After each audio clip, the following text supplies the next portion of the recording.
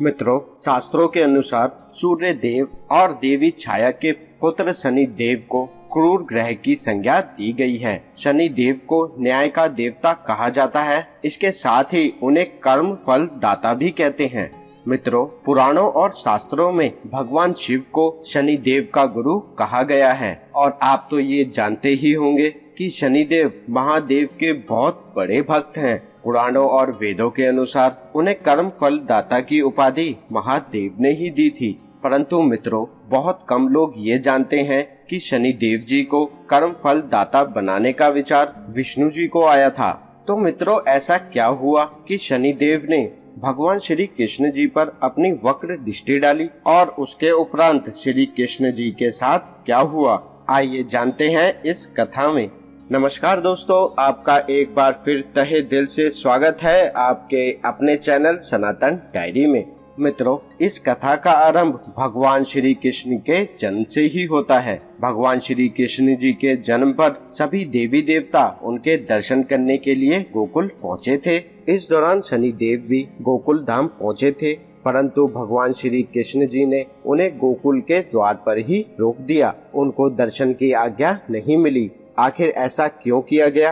कहा जाता है कि भगवान श्री कृष्ण जी ने उनकी वक्र दृष्टि होने के कारण उन्हें गोकुल में प्रवेश करने से मना कर दिया, जिसके बाद शनिदेव दुखी हो गए और मन ही मन सोचने लगे कि उन्होंने आखिर कौन सी ऐसी गलती करी है कि उनके आराध्य उनसे रुष्ट हो गए। इसके बाद शनिदेव नंद गांव में जाकर तपस्या करने लगे। तत्पश्चात शनिदेव की तपस्या से प्रसन्न होकर भगवान श्री कृष्ण कोयल का रूप धारण कर शनि देव जी के पास पहुँचे और उनको दर्शन दिए। जिसके बाद भगवान श्री कृष्ण जी ने शनि देव जी से कहा कि आप तो न्यायाधीश हैं, आपके द्वारा ही पापियों और अत्याचारियों को दंड दिया जाता है ताकि धर्म की रक्षा हो सके। भगवान श्री कृष्ण जी ने उनसे कहा कि मैं ऐसा चाहता हूँ कि आप मेरे गोकुल धाम की हमेशा रक्षा करें, यहाँ के प्राणियों पर अपनी वक्र दृष्टि न डालें और आप सदा यहीं पर निवास करें। भगवान श्री कृष्ण जी ने शनि देव से कहा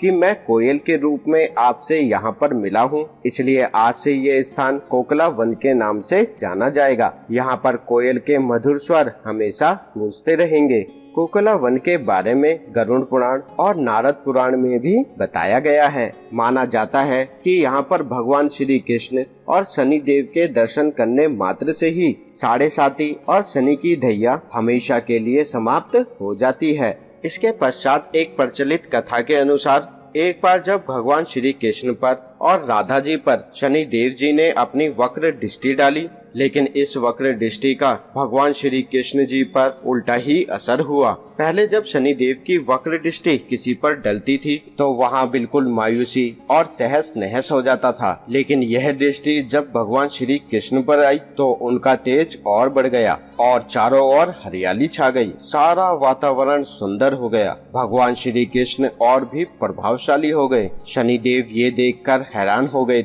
तब भगवान श्री कृष्ण ने उनको बताया कि ये तो उनकी ही लीला। वो संसार को ये दिखाना चाहते थे कि शनि देव से भयभीत होने की आवश्यकता नहीं है। शनि देव को सभी एक क्रूर देवता के रूप में देखते थे और श्री हरि इसी दोष को दूर करना चाहते थे। उन्होंने ये दर्शाया कि अगर हम अच्छे हो तो शनि देव की वक्र दृष्टि आपको अच्छे फल ही देती है। शनि क्रूर नहीं है, बल्कि जिसके भी कर्म क्रूर होंगे तो उनके लिए वह बहुत क्रूर हैं और बाकियों के लिए तो वह सगे संबंधियों जैसे हैं। एक बार भगवान श्री कृष्ण ने फिर संसार को बताया कि कैसे धर्म और कर्मों को कर आप संसार में वृद्धि पा सकते हैं। यहाँ तक कि क्रूर कहलाए जाने वाले शनिदेव भी आपको दंडित नहीं करेंगे। इसलिए जिस किसी की भी शनि साढ़े साती या महादशा या शनि की दैया चल रही हो तो वो भगवान श्री कृष्ण जी की सच्ची श्रद्धा से पूजा अर्चना करे। निश्चित तौर पर कुछ समाधान अवश्य मिलेगा। साथ ही अपने कर्मों को भी अच्छा रखें, क्योंकि शनि की दृष्टि अच्छे कर्म होने पर रंग को भी राजा बना देती है और बुरे कर्म होने पर अच्छे खासे राजाओं को भी पल भर में तबाह कर देती है। इसलिए हमेशा अभिमान और द्वेष से दूर रहें। शनि देव की वक्र दृष्टि से हमारी पुराणों और कथाओं के अनुसार हनुमान जी ने शनि देव को कई बार बचाया है। बजरंगबली ने एक बार रावण से ही शनिदेव को बचाया था। शनिदेव को बचाने के बाद शनिदेव ने अपनी वक्र दृष्टि रावण पर डाली, जिसके उपरांत सारा साम्राज्य खत्म हो गया, रावण का अंत हो गया। इसीलिए कहते हैं शनिदेव जी को प्रसन्न करने के लिए बजरंगबली की पूजा आराधना करें और सच्चे हनुमान भक्त जिनका मन साफ होता है उन्हें शनिदेव कभी भी परेशान नहीं करते। तो मित्रों, जब रावण जैसा महाज्ञानी शनिदेव की दृष्टि से नहीं बच पाया तो हम मनुष्य भला कैसे बच सकते हैं। सभी को अपने कर्मों का हिसाब देना पड़ता है और उन्हीं कर्मों का फल हमें अपने इस जीवन में मिल जाएगा। मृत्यु के उपरांत भी कर्मों का फल मिलता है